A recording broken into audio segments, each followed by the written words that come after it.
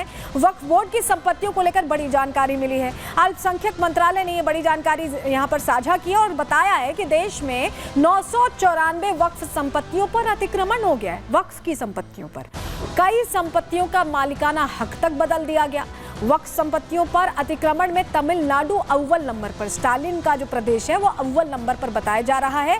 734 संपत्तियों पर यहाँ पर अतिक्रमण हुआ है और आंध्र प्रदेश में 152 संपत्तियों पर कब्जा है। पंजाब में भी 63 संपत्तियों पर अवैध कब्जा है। उत्तराखंड की बात करें तो 11 और जम्मू कश्मीर में 10 ऐसी संपत्तियां हैं वक्फ की जिन पर अवैध कब्जा हो गया है। अब सवाल यह है कि आखिर ये आंकड़े सरकार ने पेश क्यों किए हैं। चलिए अब उसका भी हम आपको जवाब दे देते हैं, क्योंकि एक सवाल आया था, उसकी वजह से सरकार ने ये आंकड़े रखे। आपके सामने जानकारी रख रहे हैं।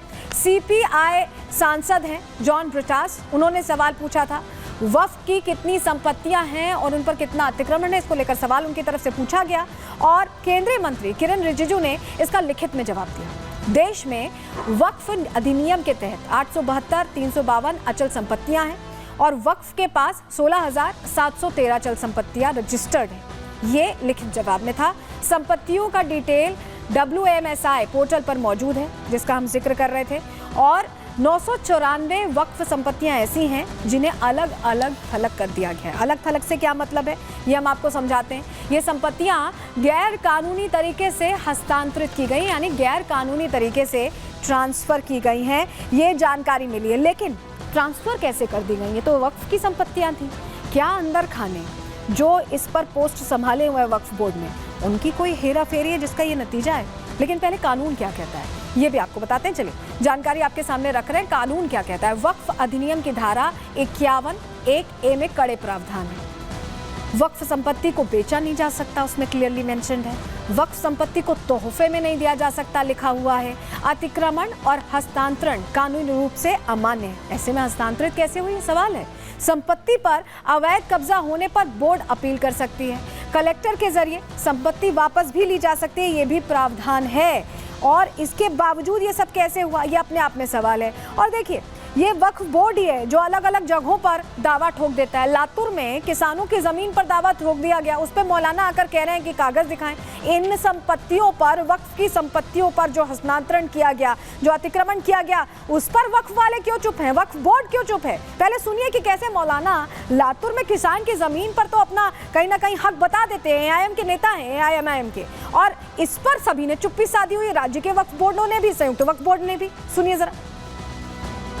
कई लोग, किसान लोग इस बात का दावा करते हैं कि भाई ये जगह हमारी है, उनके पास सबूत पेपर वगैरह है, तो वक्फ बोर्ड ऐसे 100 नोटिस जारी करे, उससे क्या फर्क पड़ता है। लेकिन अगर वो जगह वक्फ की है और शेतकरी लोग वहाँ खेती करते आ रहे हैं, तो वक्फ बोर्ड को इस बात का अधिकार है कि वो अपनी जमीन उनसे वापस लेने के लिए नोटिस देवे।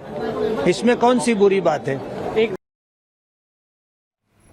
तो क्या बोर्ड में खेल चल रहा है, ये सवाल है, जरा आपको समझाते हैं। देखिए, पूरे देश में 32 वक्फ बोर्ड काम कर रहे हैं। राज्य वक्फ बोर्ड का नियंत्रण 200 लोगों के हाथों में है और 994 वक्फ संपत्तियों पर अवैध अतिक्रमण हो गया है। किसी भी राज्य के वक्फ बोर्ड ने आवाज नहीं उठाई। हमने बताया कहां कहां अतिक्रमण हुआ, किसी भी राज्य से आवाज नहीं उठी। ऐसे में कई तरह के सवाल उठने लगे हैं कि क्या बोर्ड में बैठे लोगों ने खेल किया है?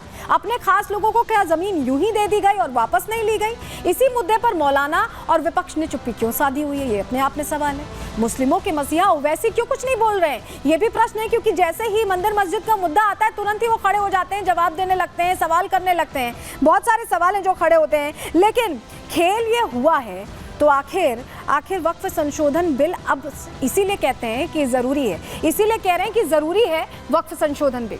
क्यों हम ऐसा कह रहे हैं? देखिए, ये जो खुलासे हो रहे हैं ना, ये बता रहे हैं कि कैसे जो गरीब मुस्लिम है वो कहते थे कि दबदबा जो वक्फ बोर्ड संभालते हैं उनका रहता है, फायदा उनको मिलता है, इसीलिए वक्फ संशोधन बिल जरूरी है। वक्फ संपत्तियों को बचाने पर सरकार का जोर है और ये वक्फ बोर्ड के लिए भी जरूरी है। संशोधन बिल से अतिक्रमण पर रोक लगेगी। ये जिस तरह का हस्तांतरण हो रहा है, बड़े लोग खेल कर रहे हैं, नीचे वालों को कुछ पता नहीं, उनको कुछ फायदे नहीं आ रहा, फायदा सिर्फ बड़े लोग ले रहे हैं। वक्फ के मनमाने फैसलों पर भी रोक लगना जरूरी है, ऐसा लग रहा है। आप देखिए, हमने आपको समझाया बकायदा आंकड़े बताकर वक्फ में मौजूद कुछ लोगों का दबदबा भी घटेगा, पारदर्शिता आएगी, वक्फ संपत्तियों के प्रबंधन का आधुनिकीकरण होगा और डेटा ब्यौरा सब कुछ क्लियर होगा, क्रिस्टल क्लियर होगा, ऐसा लगता है और इसीलिए ये जरूरी है। चलिए आगे बढ़ते हैं अगले सेगमेंट की ओर। अब आगे बढ़ते हैं और बात करेंगे पाकिस्तान में कैसे योगी आदित्यनाथ का डर, खौफ बैठ गया। माहौल तब्दील हो गया है, मुख्तलिफ शहरों के नाम तब्दील हो रहे हैं। मामला यही है कि इस वक्त तो मुसलमानों का दौर है ना, 800-900 साल जो उन्होंने हुकूमत की है बड़े सगीर में, तो किताबों से और जहन से निकालना चाहते हैं। संभल में जैसे कोर्ट के निर्देश पर कार्रवाई हुई और उसके बाद योगी की चर्चा शुरू हो गई है पाकिस्तान तक, क्योंकि पूर्व उच्चायुक्त को से मिर्ची लग गई है। स्टूडियो में बैठकर प्रोपेगेंडा कैसे फैला रहे हैं, रिपोर्ट के जरिए आपको बताने जा रहे हैं।